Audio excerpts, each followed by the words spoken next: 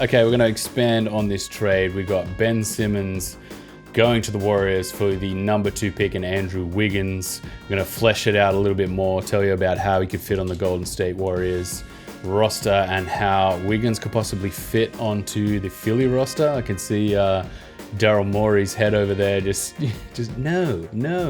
Let's not do this deal. Sell it to me. I don't need to sell it to you, mate. You just need to take Andrew Wiggins in the number 2 pick. You could trade up, possibly offload the pick and get Chris Paul, maybe, to run point. Daryl Morey, I think he needs to shed that micro ball tag. He needs to, go out there and get Joel Embiid, get him fit, get down to the workouts, be, personalizing his workouts to get him fitter and faster and stronger, and then get a point guard who can run pick and roll at a level, like Chris Paul, something like that. I think, it's not an indictment on Ben Simmons, but you kind of, out of the two, maybe you want to trade Simmons instead of Embiid. Embiid's probably the more set-in prospect than Simmons, obviously with the shot. We've got to see some expansion on that. Doc Rivers, a new coach, kind of likes that fluid sort of pick and roll ball handler scenario. So maybe you like this trade, yeah? Well, we've got to see this from the other perspective. I think this is a very lopsided trade to Golden State Warriors. It's probably one of the weakest drafts in recent memory in terms of guaranteed prospect. I think the last few years have really pulled some pretty big numbers out of it. I mean, we've seen LaMelo Ball. Let's be real. We've seen him play live. We live in Australia. We went down to see him play at Illawarra. I wasn't impressed. Yeah, I think he's got a lot of growing to do. I think he's got excellent court vision. That's one thing he does. Defensively, he's just going to get absolutely annihilated in the NBA. He's a hard one, man, because sometimes, I want to do a deep dive on front-end loading expansion. Front-end loading fan expectation is kind of hurting the brand of these players. These guys that go into drafts and they get picked sort of, between 10 and 30, they don't have that hype train. And, they probably on average get paid more and they get more lucrative contracts because they don't have the crazy baggage that comes with them. And I think LaMelo, if you front-end all his hype, he comes in and he busts in the first 2 seasons. That's it. Similar to Lonzo, where he came in with a lot of hype and everyone kind of went, don't know about this. Whereas if he comes into a draft, gets picked 7 to 10, works hard, keeps his head down, he's probably still on that Lakers team, but obviously LeBron coming into any team like that's just going to absolutely bin you out of the team. Yeah. But Simmons, how he can fit on this Warriors team, man, could you imagine with the gravity of Steph and Clay, him just cutting to the hoop? How good would it be, man? It'd be nuts. You'd probably play him at the small forward to start. You'd play Steph and Clay with Ben Simmons at the small forward. You'd just be like, you don't even need to shoot, man. You don't need to shoot. All you need to do is keep running, make cuts, use Steph and Clay's gravity, and then he could even play make at the elbow, being 6'9", sort of power forward style. And then if you want to run him in the death lineup, you could play Draymond Green at center and then have Ben Simmons playing power forward. Then you could pick up another sort of defensive small forward. Oh, it'd be a delicious team. I think that would be a delicious team. The problem from my mind with the Philly in this trade scenario is that Wiggins goes into an already too big, too swole salary lineup with no... I mean, you've got to think about Wiggins puts up decent points every game, but yet he still seems to be this player that no one really feels fits within their franchise. It's kind of Lonzo in 3 years, that level. It's Lonzo in 3 years, but Wiggins puts up consistently 20 points plus a season.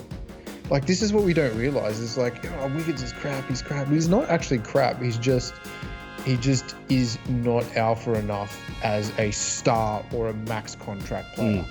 And I think, he's quite meek. He's quite, he's not really loud on the court. He would probably fit in somewhere like Atlanta, alongside Trae Young, maybe because he's not that, all about me kind of star. But hey, they need to put 20 points a game up. He's 20 points a game every night, night in, night out at shooting at 50 from the field and 35 from the three. You know, that's the kind of player he is. Probably defensively is not as good as he could be for the body size that he is. And I have noticed the last season he was at Minnesota, it got a little bit better. A bit of Warriors, it got okay. But again, yeah, he actually had a few. He had a few good defensive numbers. Yeah, I think he had a career high in steals and in blocks at the Warriors. But this is the thing, right? He's a guy that won what, Rookie of the Year 15, 16? Yeah, NBA Rookie of the Year 2015. Keep going. Yeah, I think Brogdon won the next year because Simmons was injured and out that year, and then Simmons won the following year. He's NBA Rookie of the Year, what's he, 26? He's still got a lot of upside, man. Like, you got to think about Jimmy Butler's like 31. Some of these guys that you're just like talking about now that are getting teams to the final, he's still got 5 years to develop before he hits like the 30 peak, where really that's where you need him to be in a team full of other players that is going to get, a mature center. And, a Golden State pulling pin a little bit too early. I don't know, man. Maybe you see what this year defines. Maybe they can pick up a decent center in the number 2 pick spot, or trade for that number 2 pick center and really make a go of it. This trade is very Golden State favored. It's a terrible trade, let's be honest. It makes good content. Make great content. It's a terrible trade for Philly. Because I think you're going into an unknown where you're getting a known. You're getting exactly, what Ben Simmons is. He is top 3 defender in the league. He's an elite point guard. He can win matches defensively.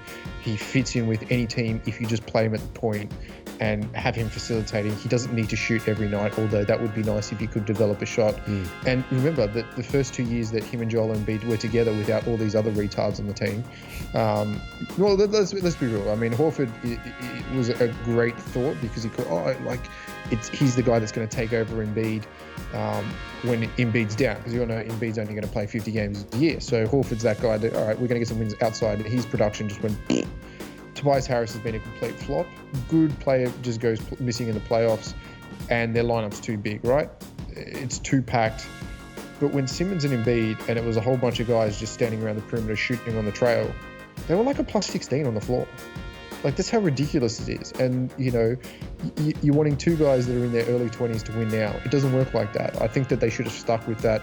2 guys, trail shooters, some decent players.